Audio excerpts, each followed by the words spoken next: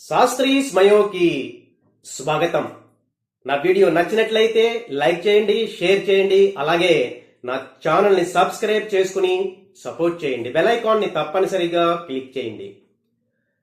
ఆర్యులు ద్రావిళ్లు అంటూ ఒక పనికిమాలిన సిద్ధాంతంతో బ్రిటిషర్స్ భారత జాతిని విభజించి 200 సంవత్సరాల పాటు భారతదేశాన్ని పరిపాలించారు.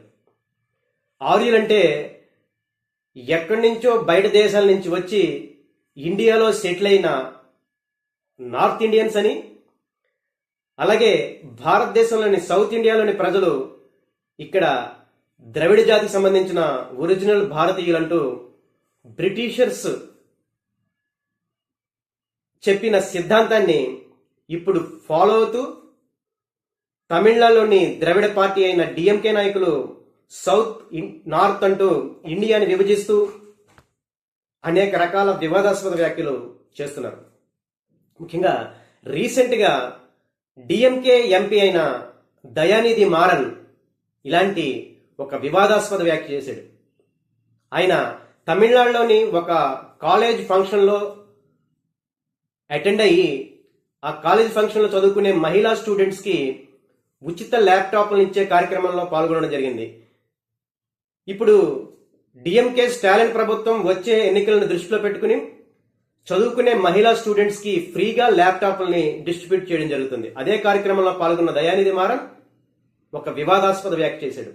అదేంటంటే, తమిళ మహిళలు బాగా చదువుకుంటారు, ఉద్యోగాలు చేస్తారు, ఆ రకంగా వాళ్ళని సపోర్ట్ చేస్తూ డిఎంకే ప్రభుత్వం, స్టాలిన్ ప్రభుత్వం, అలాగే తమిళ ప్రజలు మహిళల్ని అనేక రకాలుగా అభివృద్ధి చెందేలా కృషి చేస్తారు అంటూ ఒక స్టేట్మెంట్ ఇవ్వడం జరిగింది. అయితే ఈ స్టేట్మెంట్ ఇక్కడితో దయానిధి మారన్ ఆపినట్లయితే ఎటువంటి ప్రాబ్లం ఉండేది కాదు.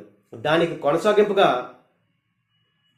నార్త్ ఇండియాలోని మహిళలు మాత్రం అక్కడ ప్రభుత్వాలు, ప్రజలు వాళ్ళని చదువుకోనివ్వరు, అలాగే ఉద్యోగాలు చేయనివ్వరు, కేవలం వాళ్ళని వంటింట్లో వంటలు చేయడానికే ఉపయోగిస్తారు, పిల్లల్ని కనే యంత్రాలుగా వాళ్ళని మార్చేస్తారు.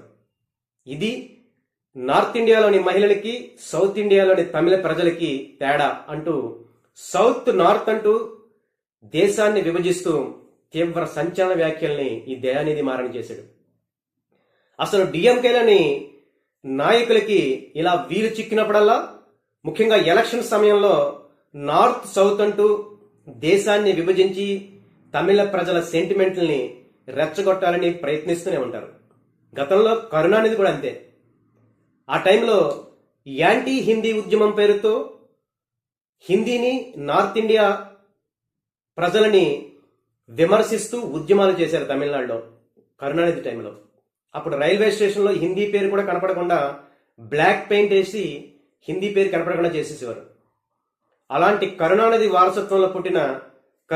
వారసత్వంలో పెరిగిన డిఎంకేలో అనేక మంది నాయకులు ఇలా నార్త్ సౌత్ అంటూ విమర్శలు చేస్తూనే ఉంటారు. స్టాలిన్ క్యాబినెట్ లో అనేక మంది క్యాబినెట్ స్థాయి మంత్రులు బీహారీల మీద అనేక సార్లు విమర్శలు చేశారు.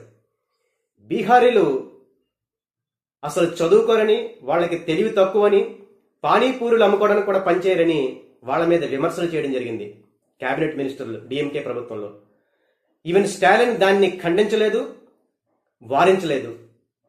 ఇక స్టాలిన్ కొడుకు ఉదయనిధి స్టాలిన్ అయితే ఒక అడుగు ముందుకేసి నార్త్ ఇండియాలోని ప్రజలు హిందూ రాజకీయాలను చేస్తారు, అసలు హిందూ మతం, సనాతన ధర్మం ఒక పెద్ద వైరస్ లాంటిది, దాన్ని పూర్తిగా నిర్మూలించాలి అంటూ ఈ స్టాలిన్ కొడుకు సనాతన ధర్మం మీద, హిందూ మతం మీద తీవ్ర విమర్శలు చేశాడు. అప్పుడు సంచలనంగా ఈ విమర్శల మీద అనేక మంది ప్రతి విమర్శలు కూడా చేశారు. అయితే స్టాలిన్ కొడుకు మాత్రం ఏమాత్రం చలించలేదు.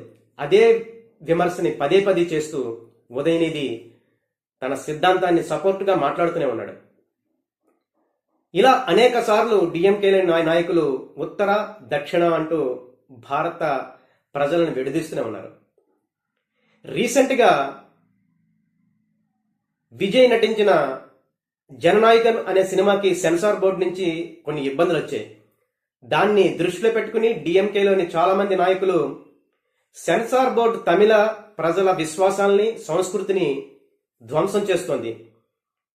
సో బీజేపీని, ఈ నార్త్ ఇండియా పార్టీని ఎట్టి పరిస్థితుల్లో తమిళనాడులో ఎలా చేయకూడదు అంటూ మళ్ళీ నార్త్ ఇండియా, సౌత్ ఇండియా అంటూ విభజన రేఖ గీస్తూ విమర్శలు చేయడం మొదలెట్టారు.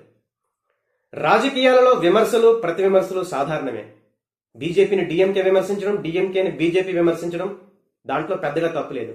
అయితే దీని మధ్యలో నార్త్ సౌత్ అంటూ విభజన రేఖ గీయడం, దాని ఆధారంగా దేశ ప్రజలను విభజించాలనుకోవడమే పొరపాటు. అసలు డిఎంకే సిద్ధాంతమైన ద్రవిడ ఫిలాసఫీలోనే ఇలాంటి విభజన రేఖ ఉంది. ద్రవిడ సిద్ధాంతకర్త అయిన పెరియార్ రామస్వామి ఈ విభజన రేఖని క్లియర్గా గీసి భారతదేశాన్ని నార్త్ సౌత్ అంటూ విభజించాలనుకున్నాడు. ఆ రోజుల్లోనే ఈ పెరియార్ తమిళ రాష్ట్రాన్ని ఒక ప్రత్యేక తమిళ దేశంగా ఏర్పాటు చేయాలంటూ డిమాండ్ చేయడం కూడా జరిగింది నెహ్రూ ప్రభుత్వం టైంలో. అలాంటి పెరియార్ సిద్ధాంతం వల్లే ఇప్పుడు ఇలాంటి ద్రవిడ వాద సిద్ధాంతాలు దేశాన్ని నార్త్ సౌత్ ఈస్ట్ వెస్ట్ అంటూ విభజిస్తూ తమ రాజకీయాల్ని ఉపయోగించుకోవాలని చూస్తున్నారు ఈ సిద్ధాంతాల్ని. అయితే తమిళ ప్రజలు చాలా తెలివైన వాళ్ళు. అసలు ఈ ద్రవిడ సిద్ధాంతం తమిళనాడులో వచ్చిన తర్వాతే అసలు ఈ దరిద్రం మొదలైంది. అంతకుముందు తమిళ ప్రజలు స్వతంత్ర ఉద్యమంలో వందే మాతరం అంటూ మిగతా భారతదేశ పౌరుల్లానే స్వతంత్ర ఉద్యమంలో పాల్గొన్నారు. జాతీయ భావనలతో స్వతంత్ర ఉద్యమానికి తమిళ ప్రజలు ఎంతో సపోర్ట్ చేశారు. ఆ రోజుల్లో ఇలాంటి నార్త్ సౌత్ విభజన అసలు లేనే లేదు. ఇప్పుడు ఈ పెరియార్ రామస్వామి ద్రవిడ సిద్ధాంతం తమిళనాడులో ప్రాచుర్యంలోకి వచ్చిన తర్వాతే ఇలాంటి సమస్యలు మొదలయ్యాయి. ఇప్పుడు డిఎంకే పరిపాలనలో ఈ స్టాలిన్ కొడుకు ఉదయనిధి స్టాలిన్, అలాగే దయానిధి మారన్, అలాగే డిఎంకేలోని అనేక మంది నాయకులు ఈ నార్త్ సౌత్ సిద్ధాంతాలని ప్రచారం చేస్తూ తమిళుల్ని రెచ్చగొట్టాలని చూస్తున్నారు. ముఖ్యంగా ఇలాంటి ఎలక్షన్ సమయంలో భారతీయ జనతా పార్టీని కానీ మరే నార్త్ ఇండియన్ పార్టీని కానీ విమర్శించడంలో తప్పులేదు రాజకీయ పార్టీగా. కానీ నార్త్ సౌత్ అంటూ దేశాన్ని విభజించడం చాలా ప్రమాదకరమైన వ్యవహారం. సో ఇలాంటి విభజనకారుల విషయంలో తమిళ ప్రజలు చాలా జాగ్రత్తగా ఉండాలి. వీళ్ళు యమా డేంజర్ భారతదేశానికి. ఇలాంటి వ్యక్తుల్ని ఎట్టి పరిస్థితుల్లోనూ తమిళ ప్రజలు సపోర్ట్ చేయకూడదు. ఎందుకంటే వాళ్ళ మూలం భారతీయత. సౌత్, నార్త్, ఈస్ట్, వెస్ట్ అలాంటి విభజన రేఖలు ఏమీ లేవు. అందరూ భారతీయులే. ప్రస్తుత ఈ ప్రపంచీకరణ సమయంలో ప్రపంచంలో జరుగుతున్న పరిణామాల క్రమంలో భారతీయులందరూ ఒకే జాతిగా పోరాడవలసిన అవసరం ఉంది. ఒకే జాతిగా నిలబడాలి. అప్పుడే భారతదేశం ప్రపంచంలో ఒక ఆర్థిక శక్తిగా, ఒక శక్తిగా తనను తాను ప్రూవ్ చేసుకునే అవకాశం ఉంది. సో ఈ ప్రాంతీయ భావాల్ని తమిళ ప్రజలు ఎట్టి పరిస్థితుల్లో సపోర్ట్ చేయరని, డిఎంకేకి సరైన సమయంలో సరైన సమాధానం చెప్పాలని ఆశిస్తున్నారు. ఈ వీడియో మీద ద్రవిడ సిద్ధాంతాల మీద, ఈ ఆర్యులు ద్రవిడులు అనే థీరీ మీద, డిఎంకే నాయకులు చేస్తున్న ఈ నార్త్ సౌత్ స్టేట్మెంట్ల మీద మీ అభిప్రాయాల్ని తప్పనిసరిగా కామెంట్లో తెలియజేయండి. Thank you.